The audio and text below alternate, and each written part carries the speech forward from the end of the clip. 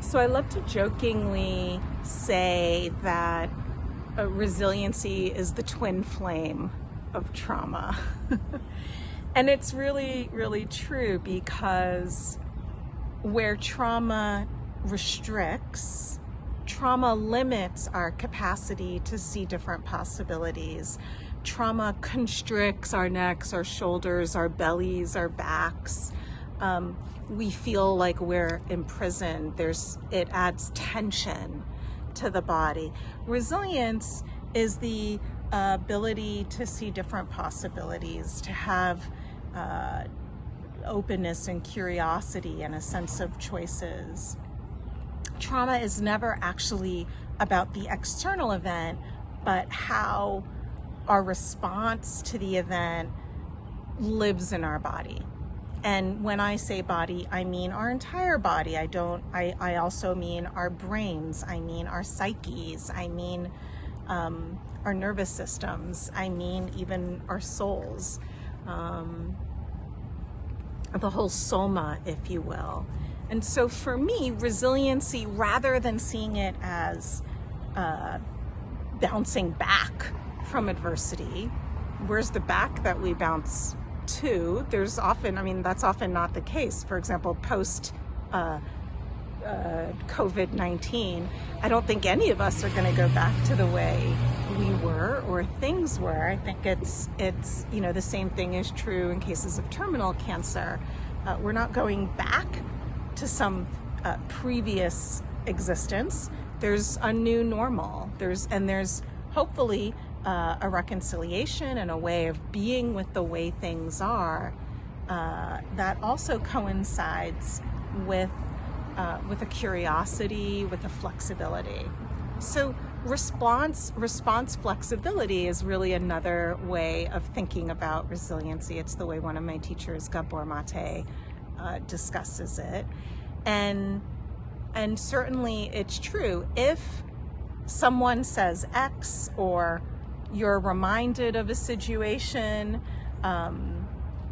there's some sort of trigger, and you always respond with anger, with sorrow, in a Z kind of way, then there's no resiliency. Resiliency is really that you're able to respond, which is why Dr. Mate also says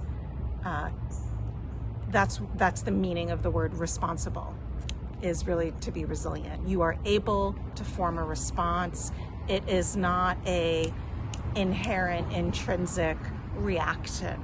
So when you're able to respond, that means that resiliency is present. So I quite love that framework. I also want to talk a little bit about a critique to resiliency that I think is really, really important.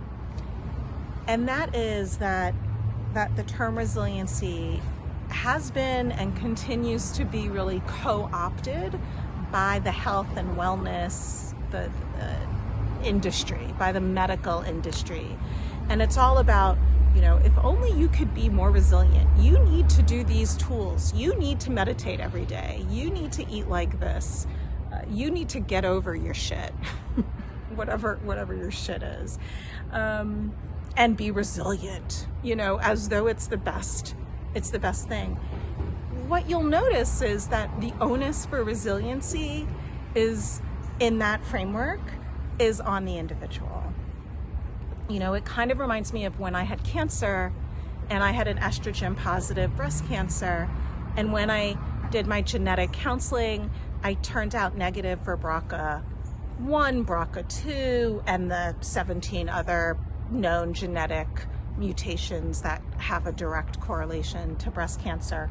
What I was told was that, there must be a BRCA3 that we don't know about. And I walked away feeling like, this is kind of bullshit. They think that there's something wrong with my genes, with me, with my ancestors, that is somehow causing the breast cancer, when the medical literature is quite clear that only 5 to 10% of all cancers are linked to genes. The vast majority is environmental issues. So how come we're not really fighting against degenerative agriculture which has resulted in widespread use of herbicide and pesticides that are well-known carcinogens, for example. How come we haven't fought for clean water? How come we haven't fought for clean air? How come we haven't fought for a stronger social safety net, since we know that great financial anxiety can also lead to expressions, even genetic expressions of cancer. And many people who've had cancer will say, oh yeah, I had, my husband died, or I lost my job. I had this terrible incident. It was the most stressful time in my life. And then a year and a half later, I was diagnosed with cancer. There's often this correlation. And so really we can see resiliency also like that yes, there's things that me and you can do on an individual level to make us more resilient, to make us able to be more flexible in our responses. And I think that that's a fundamental and very valuable part of the work. It might be even essential. And so when I teach resiliency techniques, they tend to be things that we can all do at an individual level. But the critique of resilience theory is that we put too much of the responsibility, if you will, or onus on the individual, when so many of the mitigating factors, so much of what makes us non-resilient is actually has to do with how we're structuring our economy, how we're structuring our society. And as COVID-19 has also taught us, you know, we have this myth or this story of separation that we're all individuals. I mean, it's very much the US myth, isn't it? That if only we were stronger, if only we worked harder, if only we were better, we would be invincible. And we see, you know, within a couple of months, this novel virus went from one market in one city, in one country, and it's now even in so-called isolated tribes in the Amazon. It's literally traveled across the globe in just a few months. So we're connected psychically by respiratory droplets, by our transportation systems, which kind of act as a sort of nervous system, if you will. We're not energetically, I believe, we're connected, and this is what traditions such as yoga also teach us. And so for me, I do teach at the individual level of resilience, but part of it is so that we can